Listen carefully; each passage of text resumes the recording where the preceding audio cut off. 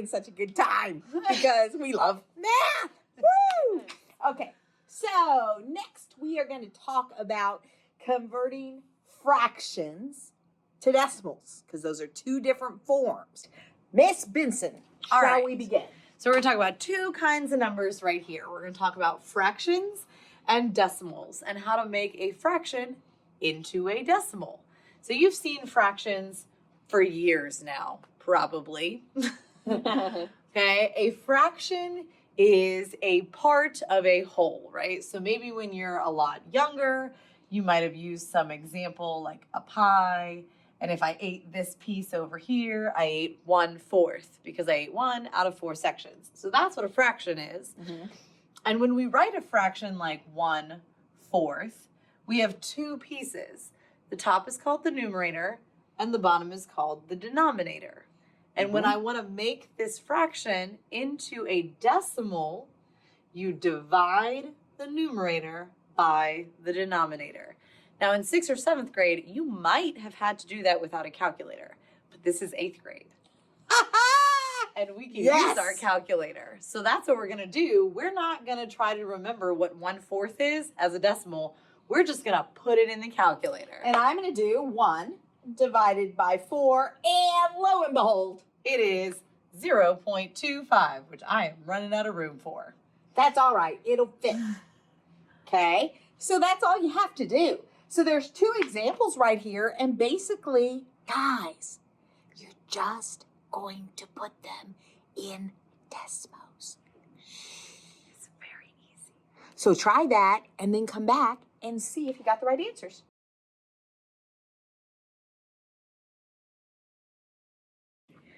We're back! Did you do them?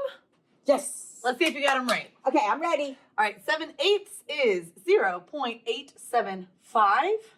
Desmos said that. And 14/70 is 0.2.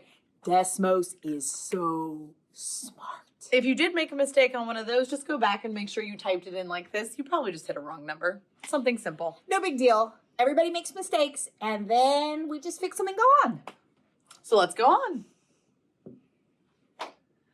All right, so we talked about scientific notation before. Now we're going to talk about how to change it to a decimal, which really we've already done. Just we called it standard form, or we called it a decimal, but didn't really explain very well. So if you ever have to change scientific notation into a decimal, you just do basically what we did on the scientific notation video. Okay, you take the number, you enter the scientific notation in the calculator, and whatever it gives you, that's your decimal. So we've kind of already done this one before. Right, absolutely. Should we do an example with them, or just let them do these two and come back and see what happens? No, I think y'all got this one. All right, let's check those two answers. 3.45 times 10 to the negative first power, 0.345. Remember how to make that -1 pop up here? You just use that A raised to the B. And then 8.6 times 10 to the second power is 860. I have a feeling we did pretty good on that. And if we didn't, probably just typed a wrong number. Try it again. It'll be fine. It's all good. No worries. All right. Finally. Now, this is the one that we are going to need for the next video. This is the best one, the most important one. Yes. I mean, everything we've done has been important, but this is the one. It's important-er. Importanter. Yes. Good thing we don't teach English. So anytime that you have a decimal, the only thing you have to do to change it to a percent is multiply by 100. So, for example, if we had this fraction and we changed it to a decimal, then you would just multiply by 100 to turn it into a percent. Which is 20%.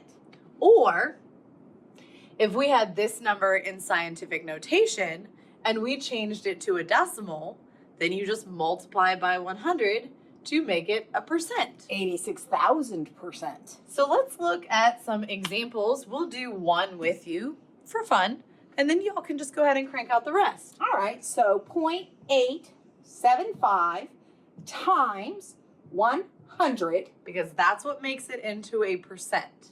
Right. 87.5%. I think they've got this. All right, so crank those 3 out, and we'll see you back in a second.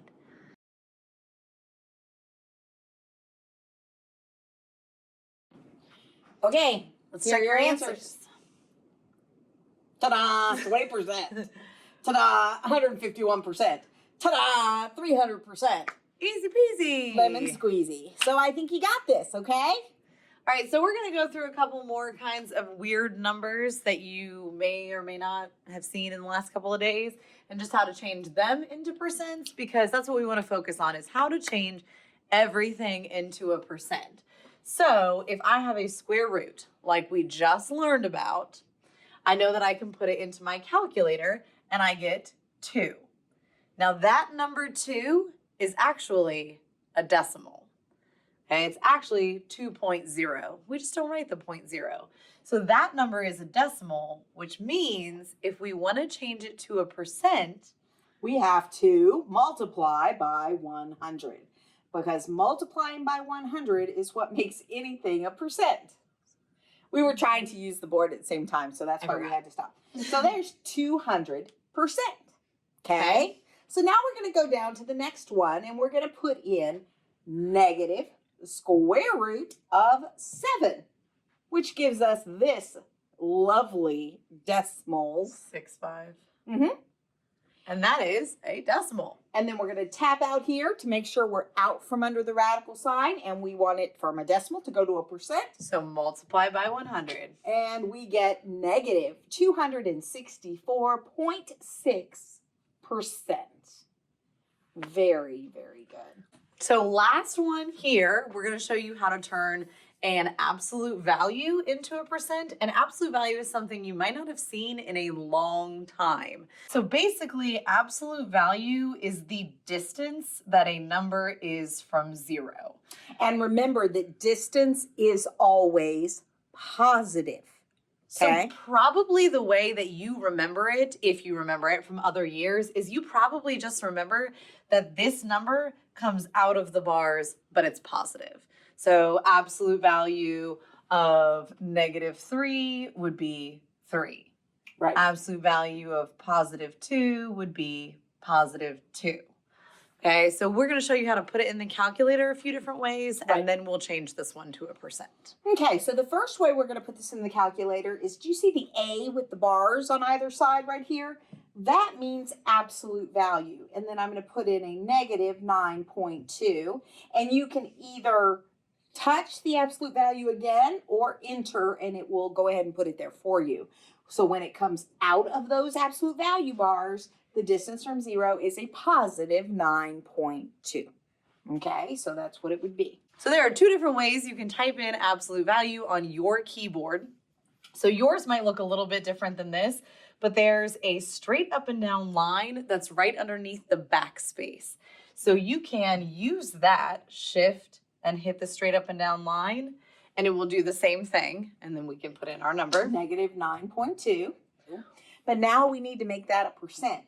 So right up here, the 9.2 is there, but I'm just going to make it easier on myself. I'm going to tap up right next to the closed absolute value. I'm going to type times 100, and that gives me 920%. Okay? So that's all the different kinds of numbers that we're going to do today. Everything you've got to be able to change to a percent. Remember, if you need help with anything, just ask your teacher. And remember, there is never, ever any problem with you not understanding something or making a mistake, because you just keep trying and keep learning, okay? Nothing wrong with making mistakes. The only problem is when you don't keep trying to get it right, okay? Everybody can do math, we promise. We know this for a fact. Oh, yes. We know this for a fact. See you guys later.